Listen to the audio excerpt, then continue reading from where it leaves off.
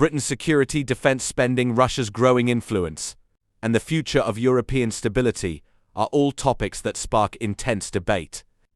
But every now and then, a discussion comes along that raises some uncomfortable questions about whether the UK is truly prepared for the challenges ahead.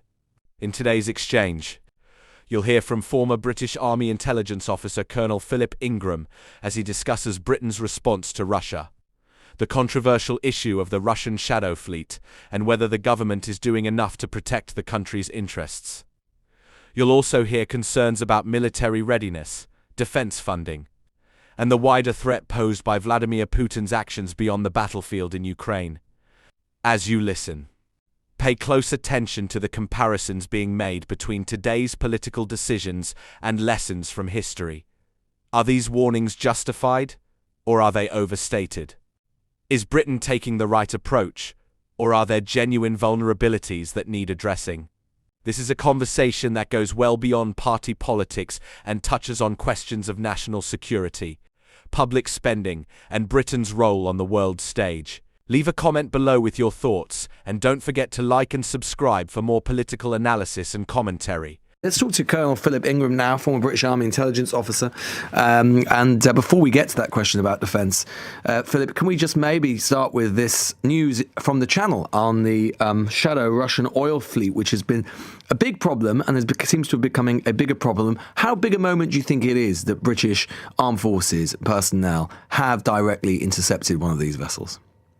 Well, I think it's significant, and it shows that actually we've now got a little bit more political backbone. There have been dozens of Russian shadow fleet ships have come through British waters, and we've done nothing about it. Even after the Prime Minister said that he got the clearance to do that, it seems as if Lord Hermer, the Attorney General, was still putting the kibosh on it.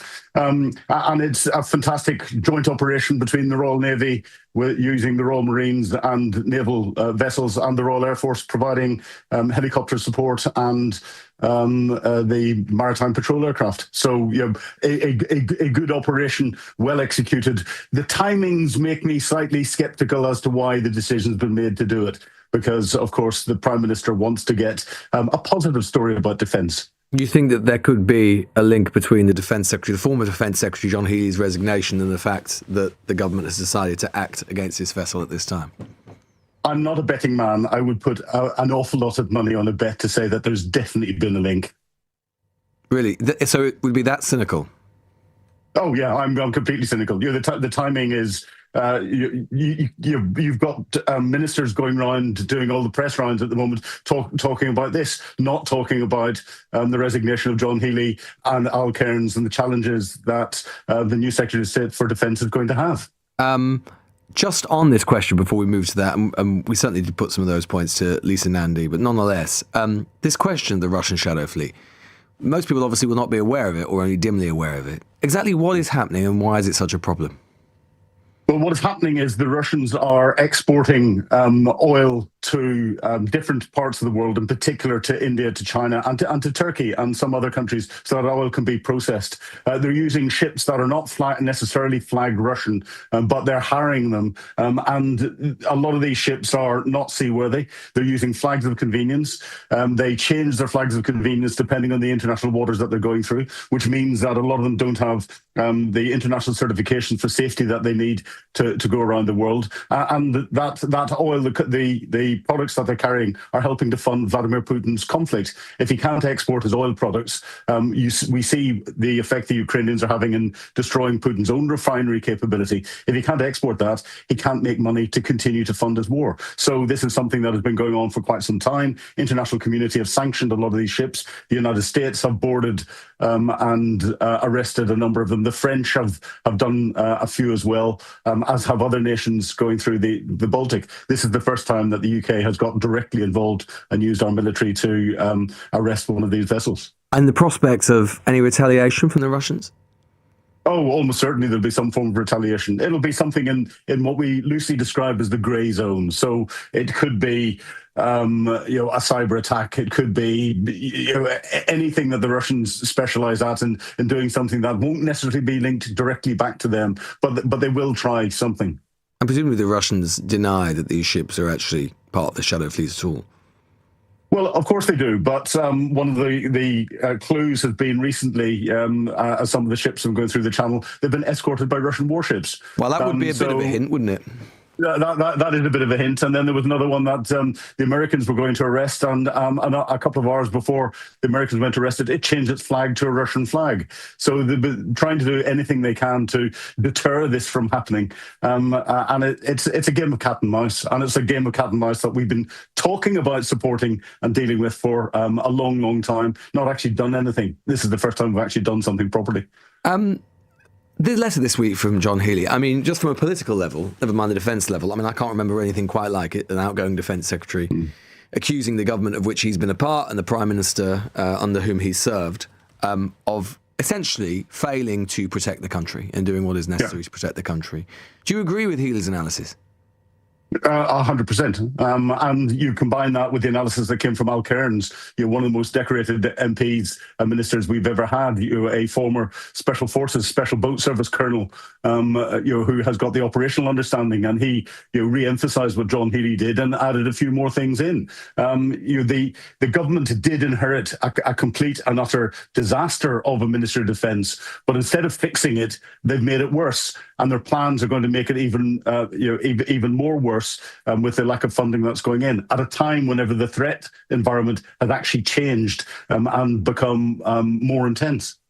What do you say to the argument? And I have to say, I hear this quite a lot. I get people writing to me about it. I can see people messaging about it right now.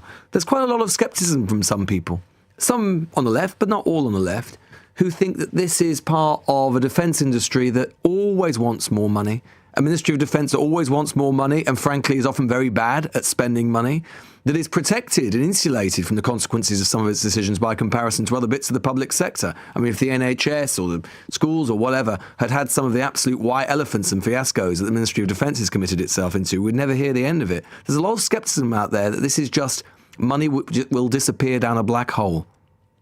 Oh, I agree with a lot of those people that are being sceptical about giving the Ministry of Defence more money. And I've said publicly that the Ministry of Defence needs to reform the way it procures equipment, the way decisions are made. It needs accountability. There is no accountability in the Ministry of Defence, and we need to get accountability, and we need to get better procurement. But that doesn't get away from the fact that actually the threat environment that we're living in at the minute is growing enormously. The UK is under direct attack on a virtual daily basis. The fact that our security services, our police, and what limited military capability we've got at the minute is continuing to keep us safe doesn't mean that it couldn't get worse. The Ukrainians, just over 4 years ago in Kyiv, were going about their normal business, not expecting anything to happen. And then on the 22nd of February, that all changed when Russia invaded. Russia has got the ability to cause real disasters across the United Kingdom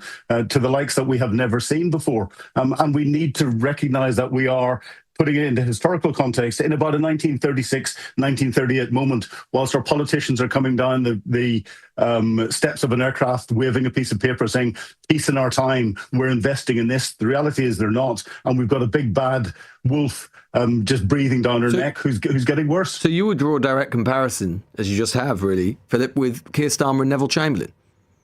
Yeah, very much so. We're seeing the same sort of level of indecisiveness, and it is pushing us to a point. The best way to stop a war is to and to stop getting into conflict is to make it so bad for someone who might attack you that they're going to consider they're going to think of something else. We're not. We're exceptionally weak at the minute, and we're getting weaker. But what do you say to the argument? But what is Vladimir Putin? Some people might say, look, Vladimir Putin. Yes, he's turned Russia into a war economy. Yes, he's managed to mobilize an enormous number of people and equipment, material, but also he hasn't won in Ukraine. He hasn't achieved his objectives in Ukraine. He's lost 500,000 men, probably more. He's spent an enormous amount of money and isolated Russia on the international stage. Is it very likely, in the wake of that he would press against a NATO country? Unlikely he'll press against a NATO country, but he'll press against NATO countries' interests.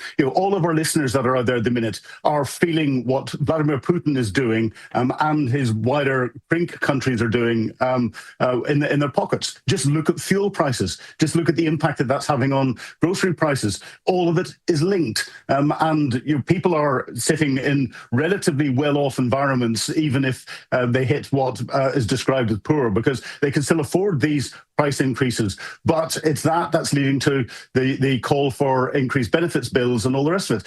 Putin is hurting us, every single citizen of this country, in our pockets today. And we have to recognise that. It could get hugely worse.